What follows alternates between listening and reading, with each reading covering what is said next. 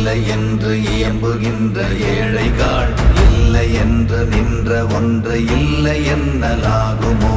இல்லை அல்ல என்றும் அல்ல, இரண்டும் ஒன்றி நின்றதை எல்லை கண்டு கொண்டோர் இனி பிறப்பதிங்கு இல்லையே.